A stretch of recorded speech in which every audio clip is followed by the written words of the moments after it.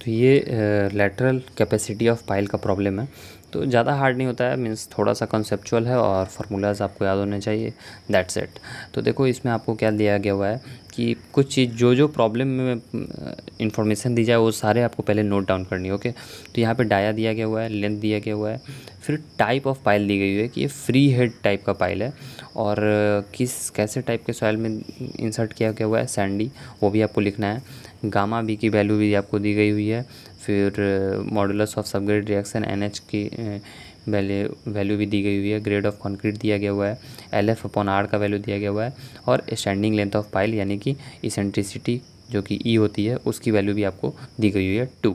Okay, सो हमें determine करना है depth of fixity and lateral capacity of pile. तो हम लोग कैसे करेंगे, जो हमें चीज़ें दी गई हुई हैं वो सबसे पहले आपको लिख लेनी है। ओके, और देखो इसमें जो है वो अब हमें कुछ चीज़ की रिक्वायरमेंट होती है, जैसे कि हमें जो है वो इसका E का वैल्यू रिक्वायर्ड है। Okay, E modulus of elasticity, तो उसका फार्मूला आपको पता होना चाहिए 5000 √FC तो वो 5000 √FC हमने कर दिया E। और I की वैल्यू जो होती है वो होती है π/64 × D⁻⁴। तो EI की वैल्यू, आई होप सो कि जब E और I का फार्मूला आपको बता दिया गया तो आप EI की वैल्यू निकाल सकते हैं। ओके, तो EI की वैल्यू हमें निकाल लेनी है। यूनिट्स का आपको बहुत अच्छे से ध्यान रखना है कि आप यूनिट का ध्यान रखो, MPa में है, ये आपका मीटर का पावर 4 होगा, तो फिर इसका सबका यूनिट आपको अच्छे से देखना है। तो EI की वैल्यू निकल के आ गई, तो सबसे पहला कैलकुलेशन हमें EI का कर लेना है। ओके, अब देखिए अगर जो है वो सैंड दिया गया हुआ है तो हमें जो है वो T कैलकुलेट करना है, अगर जो है ये क्ले रहता तो हमें R कैलकुलेट करना रहता है। ओके, सैंड के लिए हमें T और क्ले के लिए R। ओके, लेकिन यहाँ पे हमें T कैलकुलेट करनी है, तो अब जो है वो हमें ये वाला फार्मूला यूज करना होगा। ये वाला फार्मूला आपको याद करना होगा, ये वाला फार्मूला जो है वो एग्ज़ाम में आपको नहीं प्रोवाइड किया जाता है। EI/NH whole raise to the power 1/5।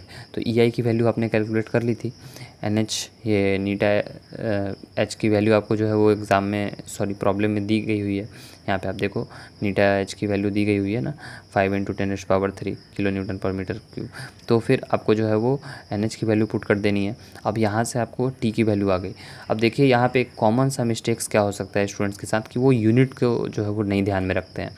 तो अगर आप सेम यूनिट में EI और NH को रखोगे तो आपका क्या है, ये बेसिकली पावर 4 का प्रॉब्लम है। ओके, मीन्स देखो 1/5 किया जा रहा है ना, तो बस आपको ऐसा करना है कि यूनिट हमारा सेम रहे और जो कट के जो है वो अंदर में मीटर का पावर 5 आए, ताकि जो है वो फाइनली जो है वो 1/5 रूट लिया जाए तो इसके बाहर मीटर आए।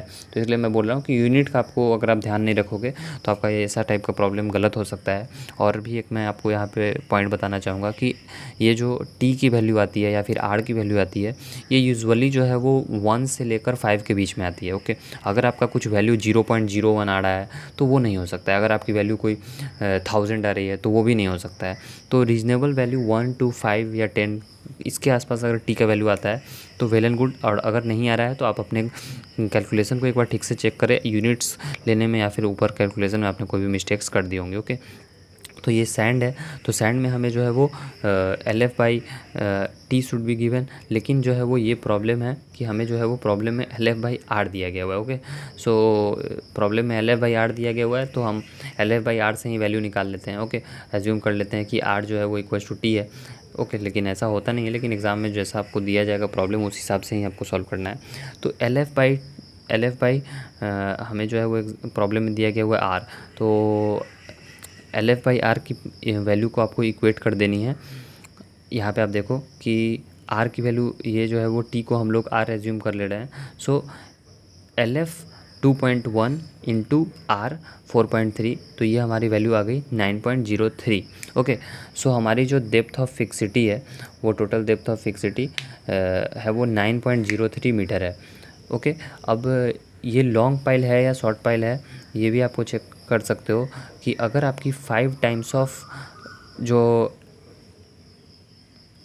ओके आपका जो है वो ये लॉन्ग पाइल है या शॉर्ट पाइल है, तो उसके लिए जो है वो आपका देख लो कि 5 टाइम्स ऑफ R या फिर T जो है वो LF से टोटल जो लेंथ ऑफ पाइल है उससे ज़्यादा है या नहीं है। ओके, तो मैंने क्या कहा, शॉर्ट में बता दे रहा हूँ कि जैसे लेंथ ऑफ द पाइल आपका शुड बी ग्रेटर देन और इक्वल्स टू 5t और 5r। ओके, ये आप चेक कर लो। तो आप चेक करोगे तो t की वैल्यू और आप अराउंड आपकी कितनी है 4.3। ओके, तो 5 × 4 20, लेकिन हमारा लेंथ ऑफ पाइल कितना है 28। तो जब भी ऐसा केस आए तो ये हमारा लॉन्ग पाइल के लिए वैलिड हो जाता है। ओके, सो आप चाहे तो उसे चेक कर सकते हो। तो हमारा डेप्थ ऑफ फिक्सिटी जो है वो 9.03 मीटर आ गया। अब ये वाला फिर से एक फार्मूला है, ये आपको फार्मूला भी याद रखना है। ओके, अब देखो यहाँ पे जो है वो ये कितना हमें क्या निकालना है, यहाँ पे निकालना है लेटरल लोड कैपेसिटी। तो लेटरल लोड कैपेसिटी के लिए हम लोग ये वाला डिफ्लेक्शन का फॉर्मूला यूज़ कर रहे हैं। ओके, कि कुछ हम लोग अलाउेबल डिफ्लेक्शन जो कि एज्यूम कर रहे हैं कि इतना डिफ्लेक्शन अलाउ किया जाएगा और उतना डिफ्लेक्शन के करस्पॉन्डिंग जो लोड आएगा वो लोड हमारा आंसर होगा। तो हम लोग एज्यूम कर रहे हैं कि 5 mm अलाउेबल डिफ्लेक्शन है, और ये जो है वो मीन्स मेरा पर्सनल जो है वो एजम्पशन नहीं है, ये एज़ पर IS कोड है कि 5 mm जो है वो लेटरली जो है वो डिफ्लेक्शन अलाउड होता है। तो y की वैल्यू जो है आपको 5 पुट कर देनी है और इक्वेशन में आपको सॉल्व कर देना है। तो इक्वेशन में आपको जो है वो h की वैल्यू फाइंड करनी है। e जो है वो हमारा लेंथ ऑफ स्टैंडिंग हेड जो है वो यहाँ पे आप देखो दिया गया हुआ था, length of free standing pile, तो वो 2 मीटर है। तो वो यहाँ पे आपको पुट कर देनी है ई के जगह पे। और जेड की वैल्यू जो है वो LF के बराबर होती है। तो LF हमने 9.03 निकालना है, तो LF की जगह पे हम लोग 9.03 पुट कर देंगे। और EI की वैल्यू आपने कैलकुलेट कर ली है। बस यूनिट का आपको अच्छे से ध्यान रखना है, वरना आपका एग्ज़ाम में प्रॉब्लम आता हुआ भी प्रॉब्लम आप गलत कर दोगे। तो देखो कुछ ऐसे आपको मैंने h की वैल्यू को 3EI इंटू y को जो है वो 5 mm था, तो मैंने उसको मीटर में कन्वर्ट करने के लिए क्या किया कि 0.005 कर दिया, यानी कि 5/1000। ओके, 5 mm इक्वल्स टू उसको मीटर में कन्वर्ट कर दिया, और E + ZF 2 + 9.03 का क्यूब। सो ऐसे हमारा करने के बाद जो है वो h की वैल्यू आ रही है 82.2 किलो न्यूटन। ओके, सो ये हमारा लेटरल लोड कैपेसिटी हो गया पाइल का। और ऐसे ही कुछ आपको प्रॉब्लम सॉल्व करनी है ताकि आपका जो है वो लेटरल लोड की प्रॉब्लम्स सॉल्व हो जाएंगे। और डेप्थ, एक बात और कि यहाँ पे अगर वो फ्री हेड नहीं रहता ना, ओके सॉरी, यहाँ पे जो है वो फ्री हेड अगर नहीं रहता, फिक्स्ड हेड रहता, तो यहाँ पे जो है वो हमारा 12 के जगह जो है वो 3 आ जाता। ओके, सो वो कुछ भी ये सब फार्मूला आपको याद करने होंगे IS कोड से। Okay, so thanks for watching the video and have a good day.